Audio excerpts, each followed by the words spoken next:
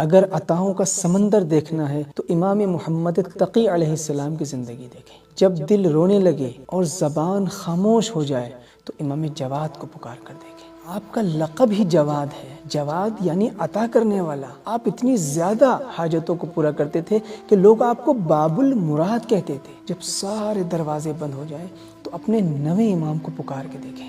شخص آیا آپ کے پاس اور کہتا ہے کہ مولا، جو آپ کے کرم کی حد ہے مجھے اتنا عطا فرمائیے۔ آپ نے فرمایا یہ نہیں ہو سکتا، کیونکہ امام کا کرم تو اللہ کے بے نہایت اور نامحدود کرم سے متصل ہے نا۔ تو امام نے فرمایا یہ نہیں ہو سکتا۔ پھر اس نے کہا کہ اچھا مجھے میری حیثیت اور میرے ظرف کے مطابق عطا فرمائیے۔ تو آپ نے اس کو 200 دینار دیے۔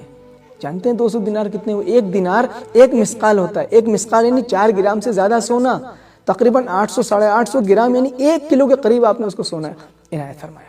آپ اندازہ لگائیں کہ مامون جیسے دشمن نے جب آپ سے کہا کہ مجھے کوئی دعا لکھ کے دیجئے جس سے میری حفاظت ہو سکے، تو آپ نے فوراً اس کو دعا لکھ کے دے دی۔ اور یہ وہی دعا ہے کہ جو آج حرز امام جواد کے نام سے مشہور ہے۔ نظر بد، سحر اور جادو، تمام بلاؤں اور مشکلات سے بچنے کے لیے انتہائی مجرب دعا ہے۔ ذرا سوچیں، وہ امام جو اپنے دشمن کو بھی مایوس نہ کرے، بھلا وہ اپنے چاہنے والوں کو کیسے